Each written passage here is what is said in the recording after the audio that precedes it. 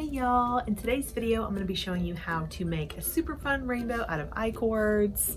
I have been a little bit obsessed with Icords lately and I've been trying to think of all these things to make with them. I think this would make a super cute blanket or maybe a detail on a jacket or pants. I think that's what I'm going to do next with it, but I thought it might be fun and bring a little bit of happiness right now, so let's make a rainbow. Hey y'all, it's Tara.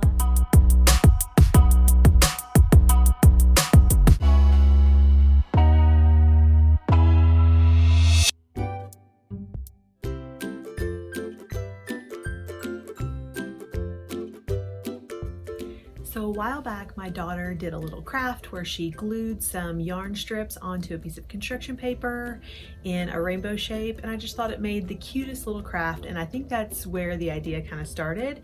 So I hope you guys enjoy. In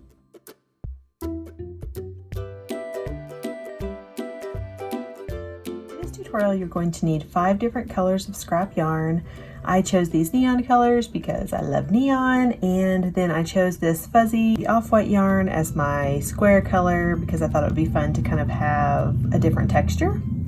But this is yokieB from Hobby Lobby. I cannot remember exactly what it's called, but I know that the brand is yokieB. And each of these neons are also from Hobby Lobby. I love this yarn. They have lots of different colors to choose from, and I love their neons.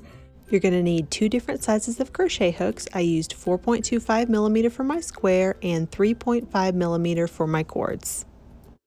You're also going to need some scissors and a tapestry needle. To get started, you're going to take your 4.25 millimeter crochet hook and the yarn color that you're going to use for your square. Next, you will start with the slip knot and you will chain 23.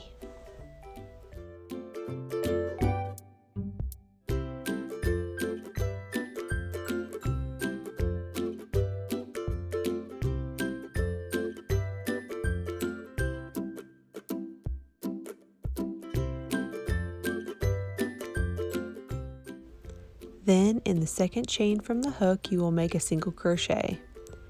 You will continue to single crochet across the entire chain row. This will give you 22 single crochets.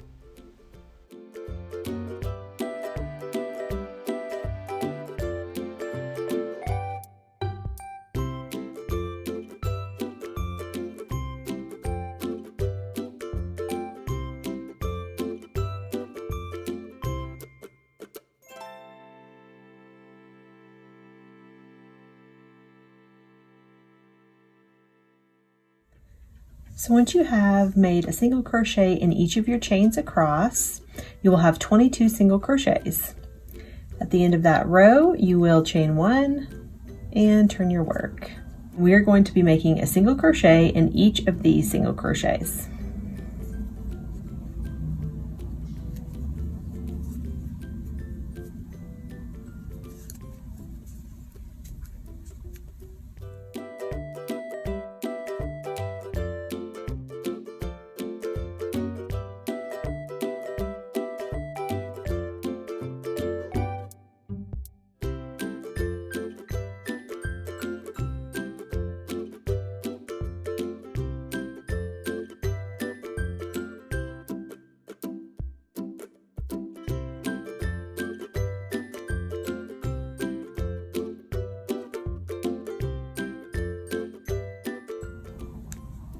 Okay, once you've reached your last single crochet, you will chain 1 and turn, and you will repeat that for approximately 28 rows if you're doing a 6 by 6 inch square. If you're making your square smaller, you can just do as many rows as it takes to get your width measurement.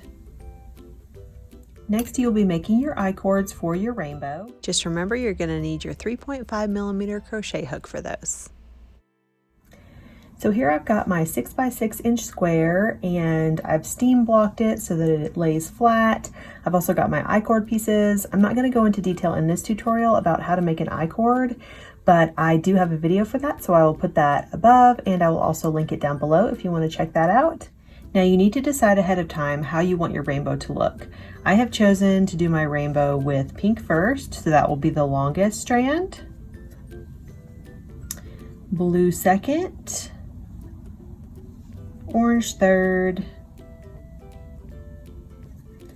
and then green last. So once you've decided how you want your rainbow to look, then you will know what size you need to make each of these colors. These are the measurements for your Icord pieces. Your longest Icord strand will be 8.5 inches. After that, each Icord will decrease by 1 inch. Because your square is 28 rows and your rainbow takes up about 16 rows, you will have 12 rows left, which means you'll have 6 rows at the top and 6 rows at the bottom. Make sure that it's even. Now, if your square is a little bit different size, then you may have to adjust your rainbow a little bit depending on how many rows you have. So I have placed my tapestry needle on the 7th row just to keep my place to know where to put my rainbow. You could put a safety pin or a stitch marker, anything that you prefer to help you keep your place. So we will place the top of the rainbow there.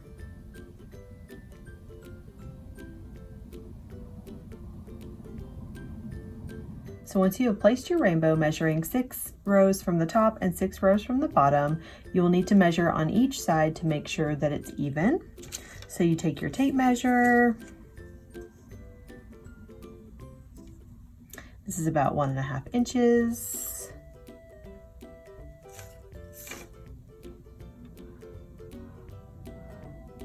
Okay, so it looks like it needs to come over just a little bit, and you can adjust it to where it is even on both sides. Once you have the same measurement on each side of your rainbow, you can count how many stitches are on each side. This will help you keep it even while you are stitching. Show you guys these little bars on the inside of your I-cord, and this is what I'm going to use to tack my rainbow cords to the square. Now you'll take a piece of scrap yarn and your tapestry needle, and you will insert into your I-cord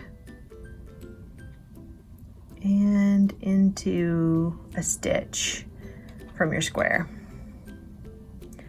Now you won't pull all the way through, so you will have part of it back here and part of it in the front, because we're going to be catching that bar so that it will hold it in place. So thread your needle again and place it back into your I-cord, catching that bar that I showed you earlier. You'll put it into the same stitch again, and that will hold it in place for you. Now we're going to do the same thing to each of these ends. So let's just double check to make sure that we have 6 rows on the bottom so that it's even. 1, 2, 3, 4, 5, 6. So take your scrap yarn and tapestry needle, and we'll do the same thing.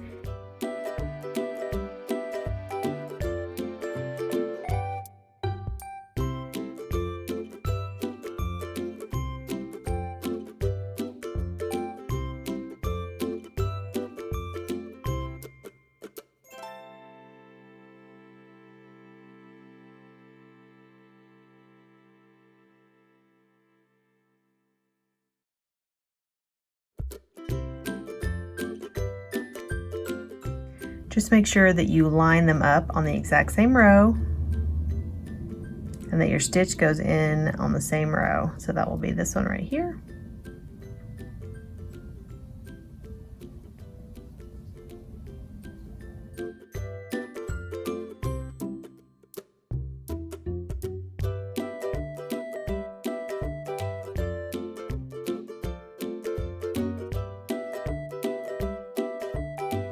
You may have to adjust your cord as you go to just keep it straight as you seam it to your square. Now you can seam this however you want to. I am going to be using those same bars inside the cord to seam it to the back. You'll have to be careful as you do that. You don't want to catch your scrap strands in your seam. And once you start seaming, you can take some of those out. That's just to help you keep it in place while you're seaming. But if you didn't want to be able to see anything on the back, you could also seam it on the underside of the rainbow. So you can just seam it however you prefer, but I'm going to be using these bars. So before you start stitching, just remember about how many stitches you have on each side so that they're even, and as you stitch along here, you just want to keep adjusting so that the measurement on either side of your rainbow will be the same. So you will insert your needle, starting from the back, making sure that you do not catch this extra yarn right here. Insert your needle, bring it to the front. Now you won't pull it all the way through, but just so there's a little tail left. And then you will insert, catching that bar, this bar right here, so that it will tack it down. I like to stitch about one row up so that it kind of keeps it consistent. And then you will pull that. Don't pull too hard because this could still come through. We will fix that at the end, and there you have your stitch. You can't see it, you can kind of adjust this. And so you will continue to do that all the way up.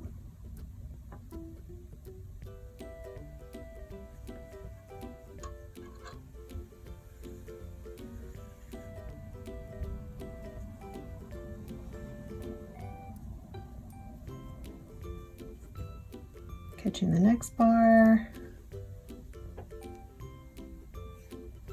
going up another row.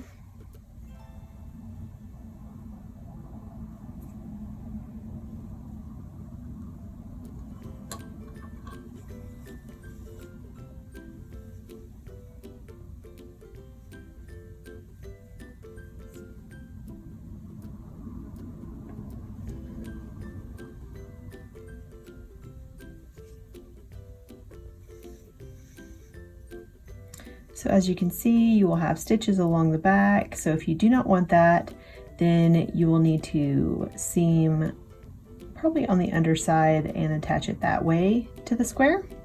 That's just up to you, however you want to do it.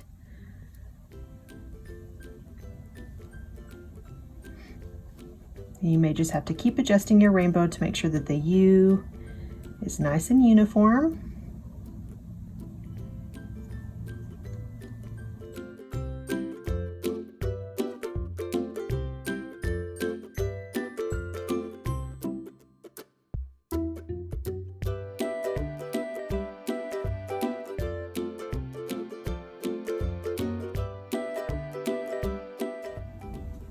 You'll just continue stitching this way all the way around.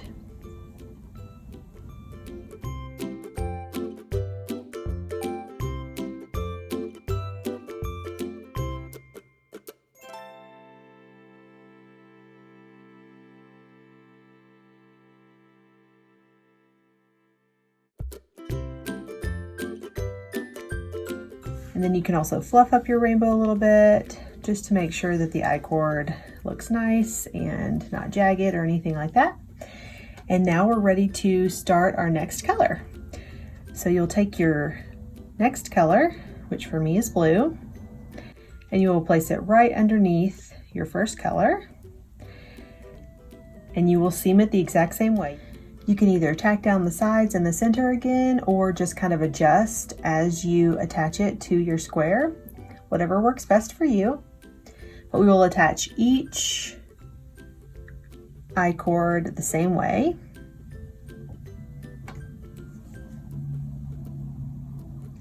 And then you will have your super cute rainbow.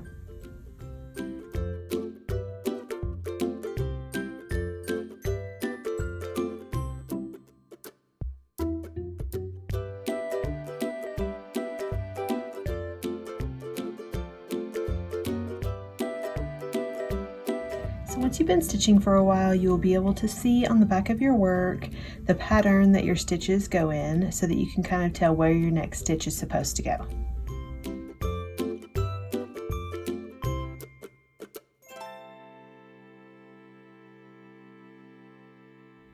So once you have your rainbow all seamed, you can turn it over to weave in your ends. And what I like to do is Take one of these strands, attach it to your tapestry needle. I like to go under one of your stitches, just like this. Pull it through, and then you're going to bring it to the front side. You'll bring it up, and then you will weave it back into your I-cord. Just through a few stitches, bring it back up,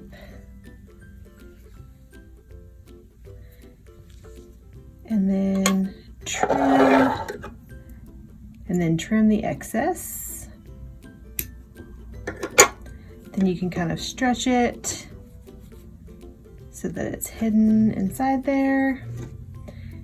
If you need to use your tapestry needle to just kind of tuck it in, you can do that too. And I will just do the same thing for each end.